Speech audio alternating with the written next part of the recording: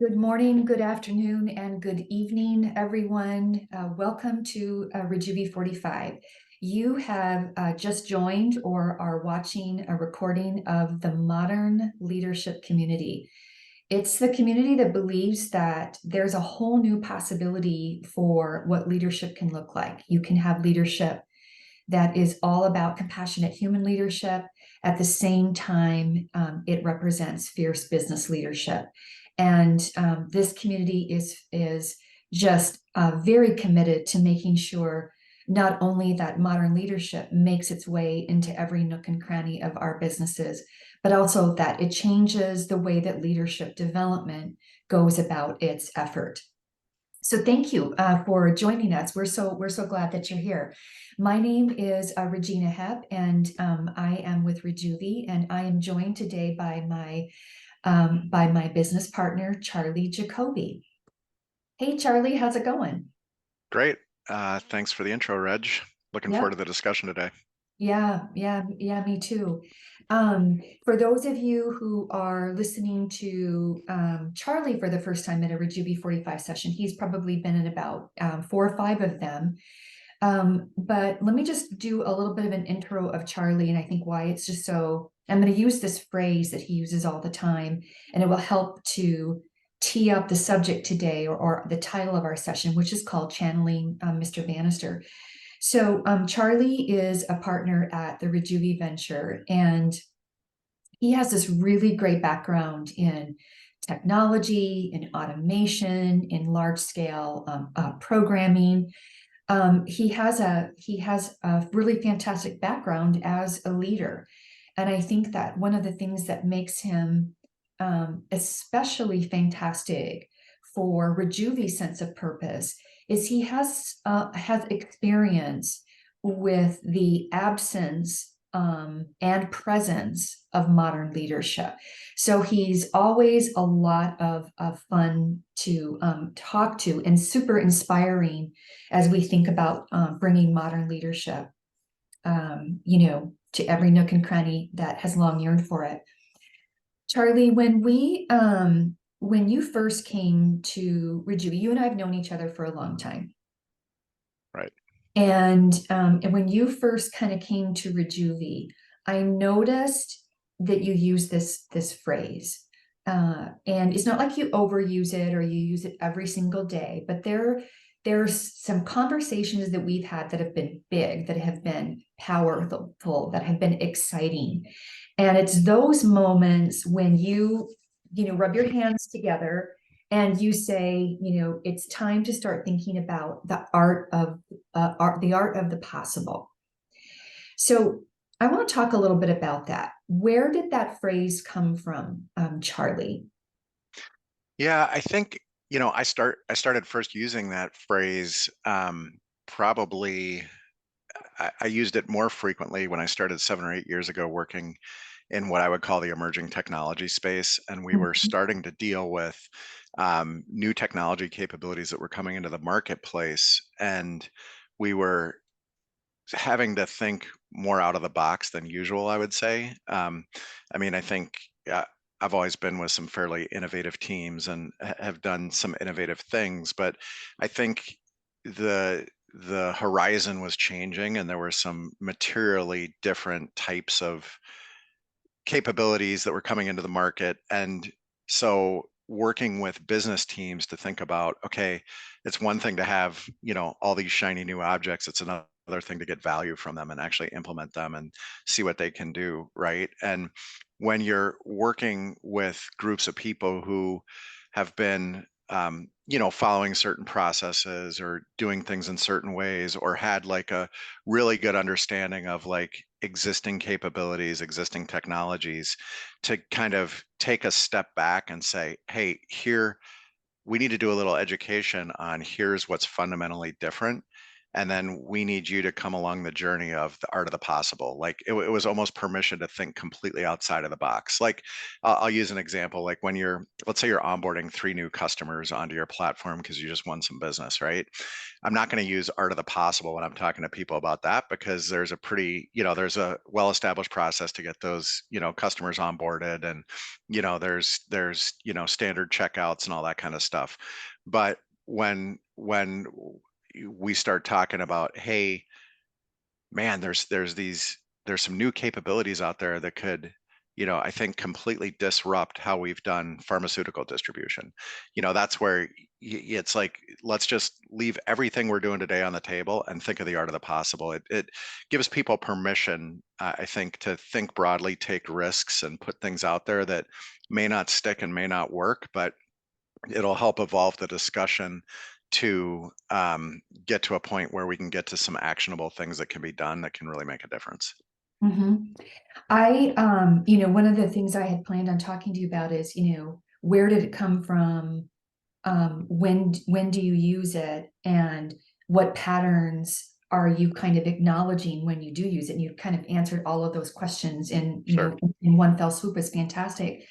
But what you're talking about um, aligns so much today to the title of today's session, which is called Channeling Mr. Bannister. And there's this article that has always been really, really inspiring to me. It was written about 5 years ago. I'm just going to put this up. And this article was written by Bill Taylor, who is a management consultant. And the title of the article is What Breaking the 4 Minute Mile Taught Us About the Limits of Conventional Thinking.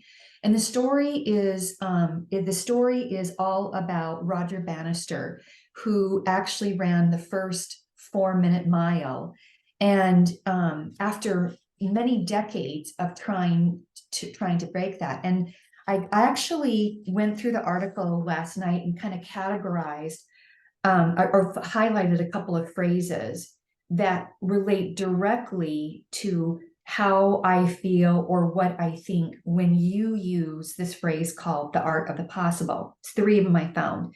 Number one, Bill writes about the Roger Bannister, breaking the 4 minute mile situation. Number one, what goes for runners goes for leaders running organizations. In business, progress does not move in straight lines. Number two, mental models are what allow organizations and their leaders to try not just to be the best at what everyone else can do, but to do things that only they can do, to show others what is possible.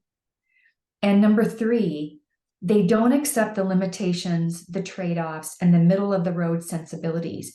Great leaders don't just outperform their rivals, they transform the sense of what's possible. And so every time you say this phrase, let's consider the art of what's possible.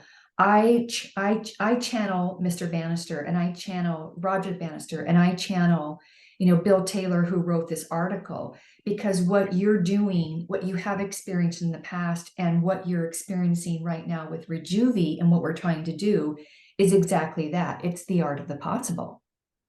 Right. Yeah, I think it's so interesting. We've been talking about the future of work for a few years now. Yeah. And I think we've continued to see the rapid evolution of the future of work, and the Mhm. introduction of ChatGPT earlier this year, and the broad use of it. And as a side note, a lot of the ChatGPT usage is occurring in people using it for their everyday lives as well as in business settings, and people at all levels of all organizations using some of these new capabilities. And you think about the power of that capability, and their guardrails and stuff that need to be in place, right? But it's changing how definitely some people are getting their work done, right? And and then if you think about automation, which has been around, automation itself has been around a long time. The democratization of automation has occurred significantly in the last 4 to 5 to 6 years with the broader introduction of software, robots, and other things. I mean, that's also fundamentally changed how people think about work. They have digital employees on org charts, so now you have a team of 8, 4 of those are digital employees, 4 of those are, human employees, right? And so, it's completely changed like the landscape in the game. And you really do, you have to introduce the art of the possible into thinking, okay, I'm learning so rapidly now what these other work capabilities look like. And the progression isn't all in a straight line. You may introduce some digital employees, take a couple steps back on productivity because maybe there's some hiccups or whatever, and then all of a Yeah. sudden it shoots up and doubles and triples and quadruples, and you're like, oh my god, I didn't even realize Mhm. what the upside on this was, right? And now Mhm. you can take those learnings and continue to build on it, and you're getting some very, very measurable, direct positive results, and you're letting your people be able to work on other things they'd rather be working on, which take advantage of their cognitive skill sets, right? Mhm. So then you start challenging your leaders to think in a more modern way, from the standpoint that we're leaving the command and control leadership culture behind, and the command and control processes of leadership behind, and the task management behind, and it's more an empowerment collaboration style of leadership, where you're working closely with your teams to have them envision the art of the possible, and then have them help you figure out like how far and fast can we go with some of this new stuff, right? Where can we implement it? Where does it make sense? How fast do we do it? And the ability of the manager to be managing like every single detail, or the supervisor to manage every single detail of what everybody's working on, is an impossibility now. And if you are doing it, you're just hindering the progress of your team in the organization, because they're not able to reach their full potential and the art of the possible with everything that's at their disposal. So Mhm. I think You know, it's a transformative time, not only for new capabilities available in the workplace, but the new ways that leaders need to think about how to manage, this new set of work, this future of work, and kind of the key aspects of that. mhm. Um,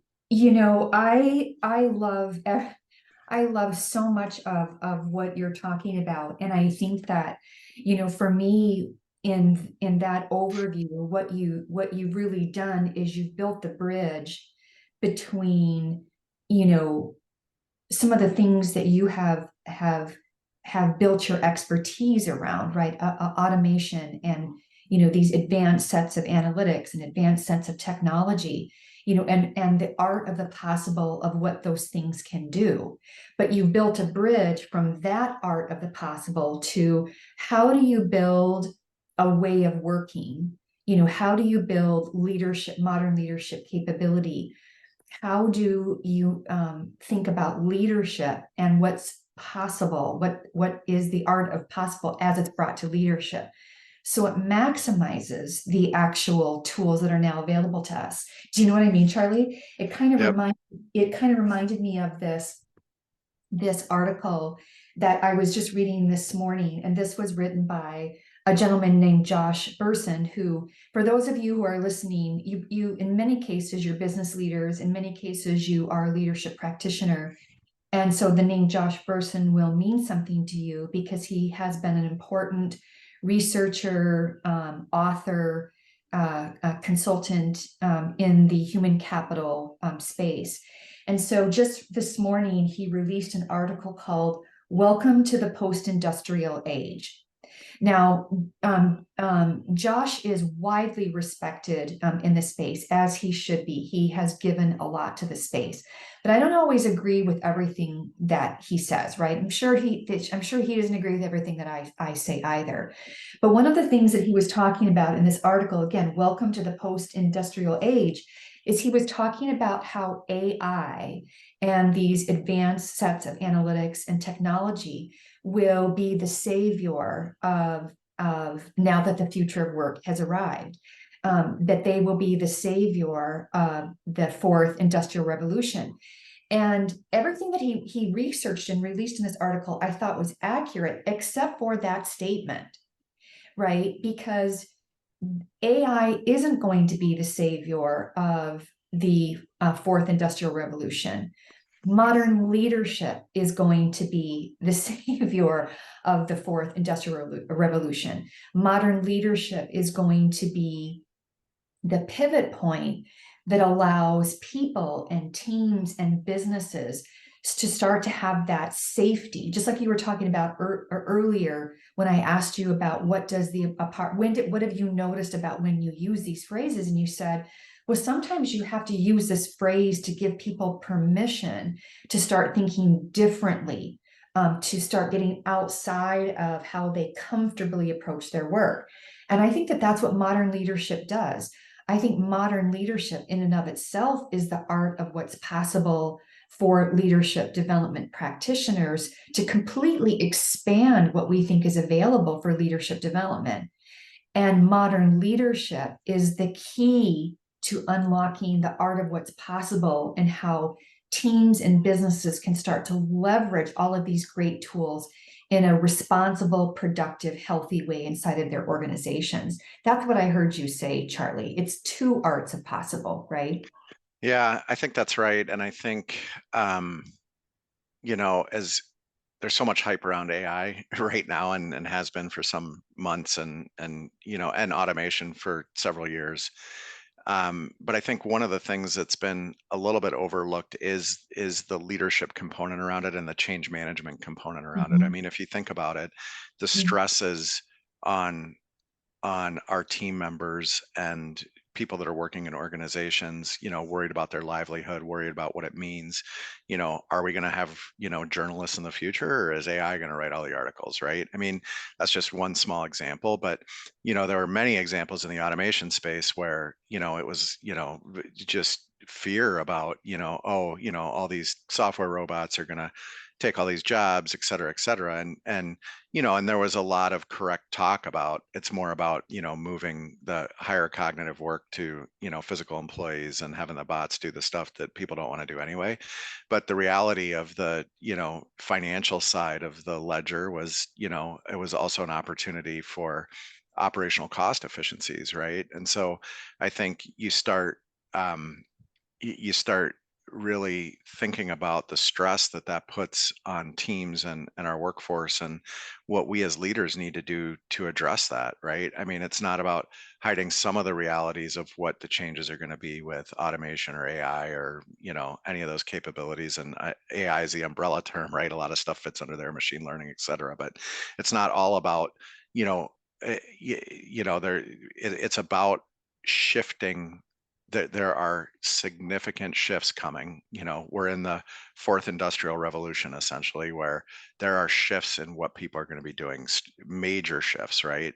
And a modern leadership approach is going to bring teams along. If Yeah. and the reason is because a modern leadership approach, you know, has that compassionate human component to it while Mhm. still looking at, what are the business results we need to achieve, right? So you need to look at, so you have your leaders and what makes up a core leader, but then also what can make a leader successful in a from a modern standpoint in running a business. And it's about, helping to understand, from their teams what they need to be successful. What's the framework look like? How fast can we go? How do we get, can everybody bring their best to work? And and then how can you as a leader have some tools to address this new reality so that your teams, not only can perform optimally for the business, but that we're doing the right things societally too, where employee well-being is where it needs to be, right? And people can feel good about what they're doing, and they can feel good leaving work to do some of their other pursuits and not be under a constant strain of, oh my gosh, I wonder what's going to happen when, the next AI feature comes out and what's going to happen to me. And, and it's okay to worry about that stuff some of the time and think of the art of the possible about how to use that stuff. But to just be under constant bombardment is not good for, overall employee well-being. And it's the leader who can really understand what's going on in this fourth industrial revolution and then work with their teams to navigate through it. It Mhm. takes a new approach. I think that, what you're really talking about is what I would say is number one, why it's so critical to think about the art of the possible in relationship to modern leadership. And then number two, how we actually kind of go about it. Because leaders and teams are under a lot of stress. Um, you know, they're you used another word called they're under bombardment. I mean, that's how they feel. You and I both responded a couple of weeks ago to an article that one of our board members forwarded, and it started with the phrase, it used the word grim, because there's so many, remember that? It was that Yep. so many people have have a grim outlook, because they have this toxic feeling, kind of about their work environments. And so all of these things, around stress, about bombardment, about the grim nature of how people feel about their environments, help us to understand why it's so important to start thinking about the art of the possible in relationship to modern leadership. We know, and it's no secret, that most leaders, and I'm not talking about 51%, like that would be most, it's more like almost all leaders, 93% of them are saying, listen, we understand we've arrived, right? We understand the future of work has arrived, but we don't have the skill sets or the cultures in order to go about the future of work in the way that we want to go about it, right? That's what almost all leaders are saying. And so, to me, then what we have to do, and when we think about the art of the possible for leadership, we have to start to shift from how we thought about centrally organized, autocratic leadership. And we have to start to disperse that energy to all the parts and pieces and limbs of the organization, empower people who are leading in small and diverse ways in all parts of the organization. And we have, do you know what I mean? It's that Yep. has to happen. And I think that one of the major pieces about this that I fundamentally think about when I think of the art of the possible for leadership, it's not just making sure that it disperses in a more democratized way than it has in the past, but it's also what it means. And earlier, when you were responding to one of my questions, Charlie, you talked about that you can have compassionate human capability just like you have fierce problem solving capability. You can have fierce business capability. And I think that that's how we have to go about helping people to understand the art of the possible inside of leadership. That modern leadership now is taking a look at two fundamental growth models, right? It's not the growth model of AI or thinking AI in and of itself is the shiny penny or is the savior. It's looking at these growth models called, number one, it's the human being. And what do we recognize about how people and leaders grow in a really healthy way in the context of the organization? And number two, it's like, what do we know about how businesses grow in a really healthy way in the context of the future? That to me is so important. Recognizing those two growth models can coexist in a healthy, more productive way. And it's absolutely necessary because, people are stressed, people are bombarded, and people don't feel like they have the right skill sets based on all the things that the future of work has delivered.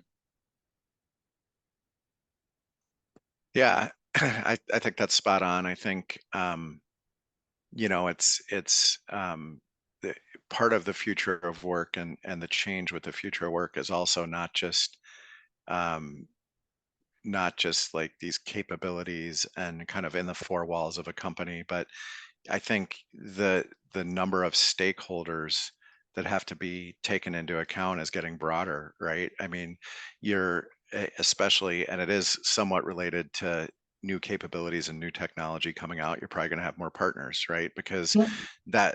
it's these, startups, it's the, newer companies that are able to innovate and come up with these things, and that's sometimes the first introduction into organizations, right?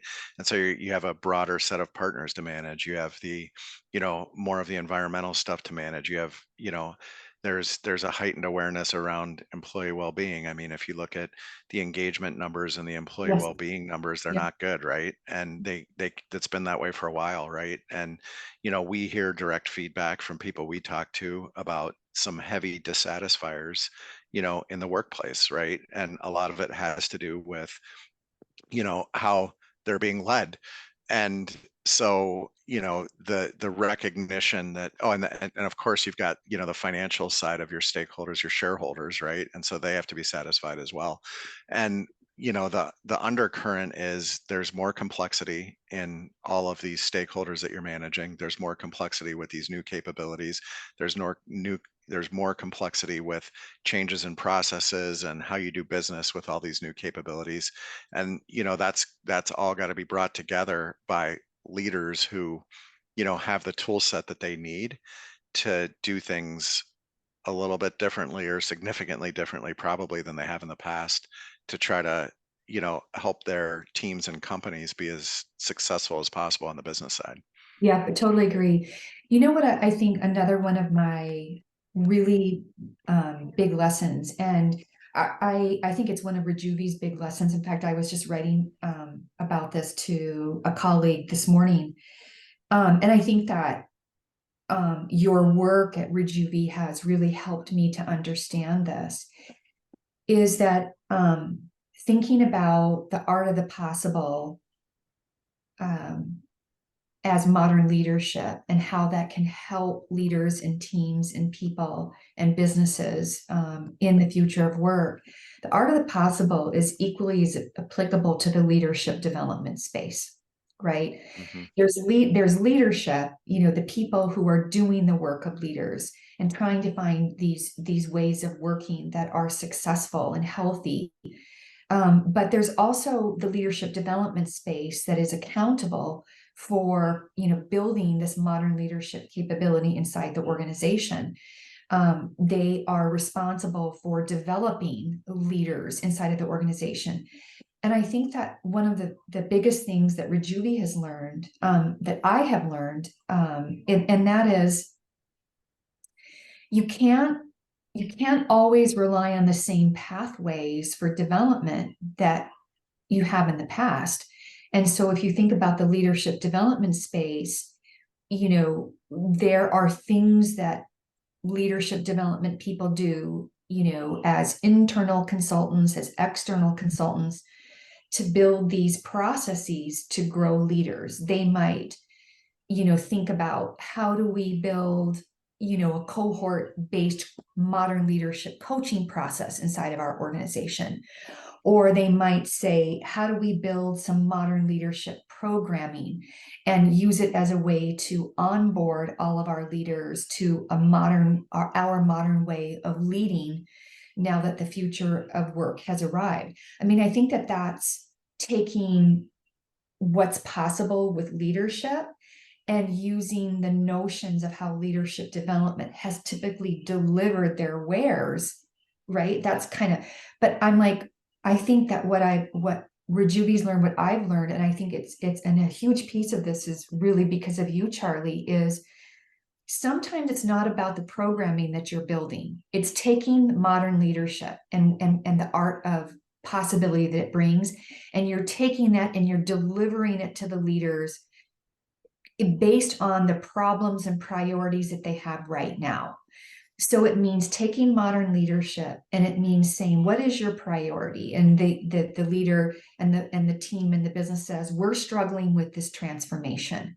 And so you're taking the art of what's possible and you're delivering it to them in that specific scenario. Do you know what I mean, Charlie?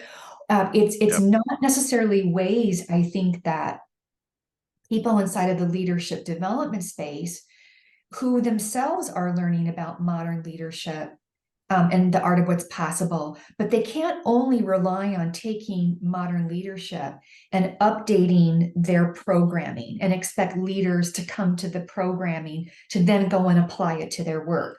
No, modern leadership has to be adapted, and it has to go to where the leaders are, and it has to be pointed and built into the challenges and priorities and initiatives that they have in play. That's the other big swing that I think is happening in how the leadership development responds to this. Yeah, and I think it's the leader recognizing they're about to embark on a transformation project, and what would a good roadmap be, from a leadership perspective to help make sure that transformation project is successful, because we know so many of them either fail, partially fail, don't realize the full business value that they're expecting out of the Mhm, transformation, right? So mhm. it's making sure, and there are more transformations going on than ever because of all the new capabilities, right? So it's Yeah. making sure they have access to that, but it's also essentially making recommendations and being proactive. And that comes back to, hey, what can we do with now the broad availability of data to be super proactive with leaders to say, hey, just so based on, some of the data we're looking at, or that has come to light, you're likely to have some attrition in this group, or you've got somebody who, is really not engaged, right? And how do you do that more than an annual engagement survey? You know what I mean? Yeah. That it has to be more real time. It has to be more customized. And I think the leadership development space is so ripe for disruption because there's so much money being spent, and the people benefiting from it are so few. They're at the, usually the top of the pyramid, the more senior executive leadership, but there are a lot more people in organizations that are paid to lead who are, not proud, definitely not getting what they need. And now, we have these new, modern leadership principles that we feel so strongly that need to be in place to be successful with the future of work.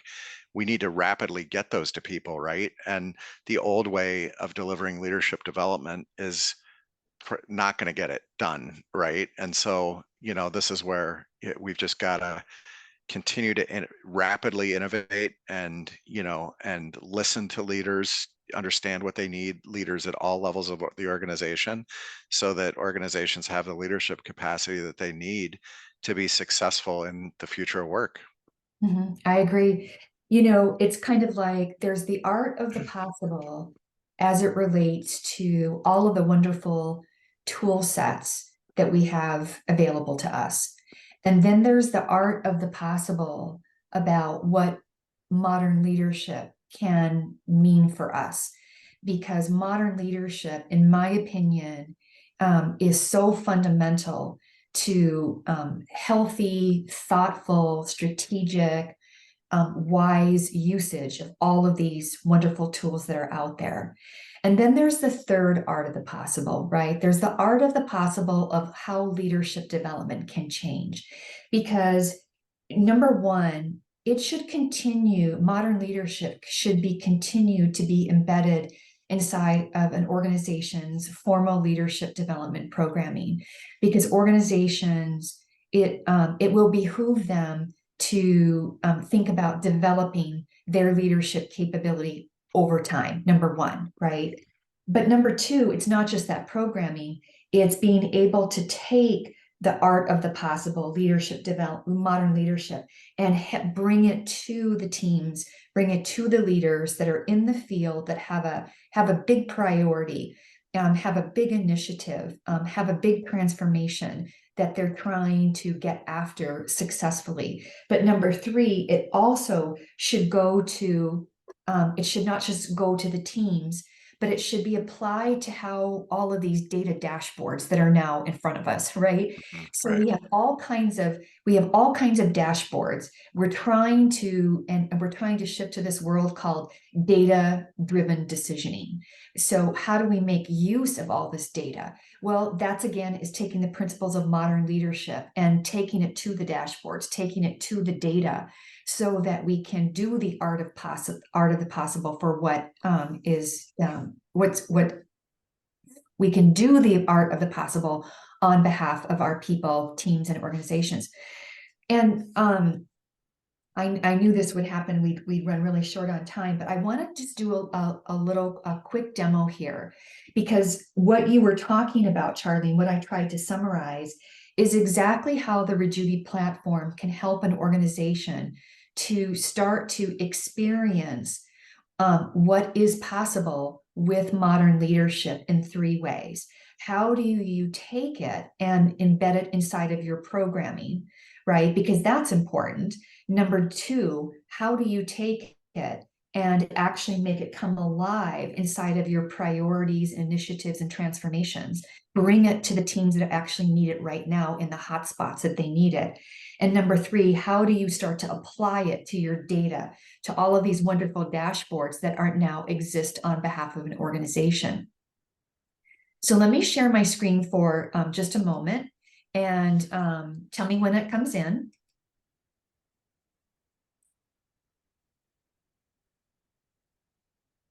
There you go. Okay, so for those of you who are watching us log in for the first time, you're going to go to rejuviventure.com, and you're going to look in the top right-hand corner, and you'll see a login option. And I'm going to log in. I'm going to use my password services to enter. I'm going to log into the platform as an administrator to a company called BlackRock Steel. And there we go. And for those of you who are seeing this for the first time, welcome to a modern leadership platform. This is the place for all leaders, for senior leaders in Butterscotch, all the way through team leaders in blue.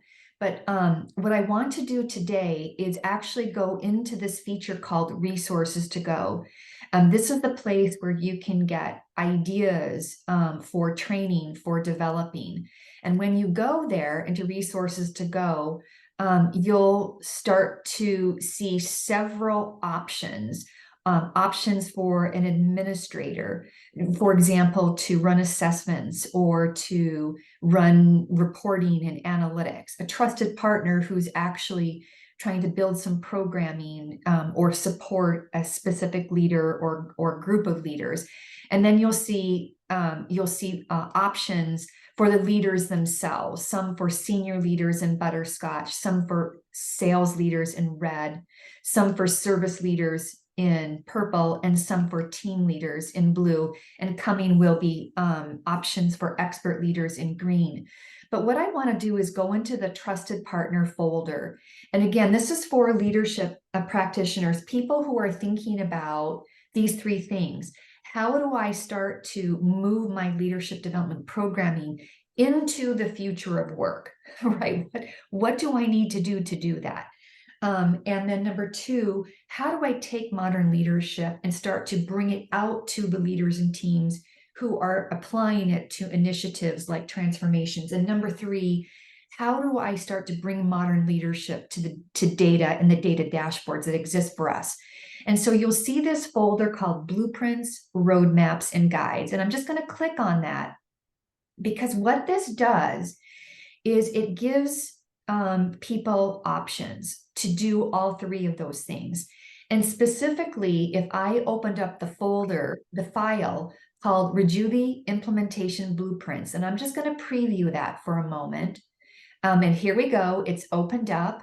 And what this does, I'm just going to go really quickly here because I want to do a fast demo, is it's going to give you blueprints for if you were trying to bring modern leadership to your programming. It gives you blueprints for exactly how to do that. It gives you your critical path for the things that you need to nail down and the Rejuvi resources that are going to help you to do it. So there are things that out here that will help you to understand, how do I put together a modern leadership cohort-based coaching program for my organization? Or let's say that your organization needed to update its onboarding program and process for leaders.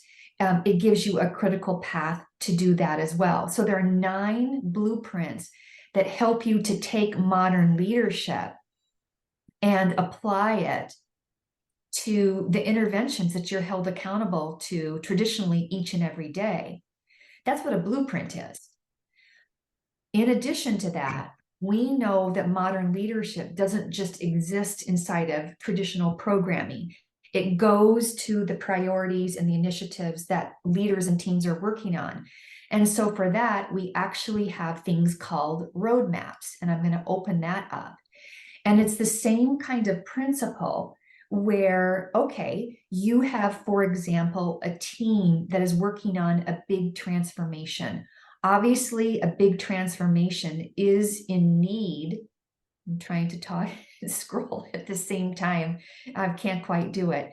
But these transformation teams are need modern leadership, modern change leadership embedded inside of their process. You can go here and you can find a critical path. You can find a roadmap for how to do that.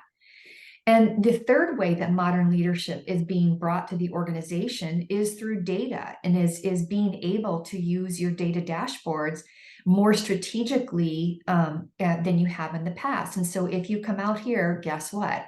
It's going to help you with a process, with a predict and guide process that will help you to do it. So this is just an incredibly important piece of the Rejuvi platform inside of resources to go. It's called Blueprints, Roadmaps, and Guides. Why is that important? I'm going to stop sharing for just a moment, because those blueprints, those roadmaps, and those guides are going to help with the art of the possible in three ways. It's going to help with the art of the possible for bringing modern leadership to the traditional ways that organizations have to update their leadership development things. It will help, number two, in taking modern leadership to where the leadership muscle is needed right now. And in many cases, that would be in an innovation effort or like a transformation effort. And so there are roadmaps that are going to help you to do that. And then number three, it's going to help you to use data, just like you talked about differently. All of these fantastic data dashboards, people analytic dashboards that are now available to us. Well, sometimes you're going to need a little bit, you're going to need a method to bring modern leadership to that.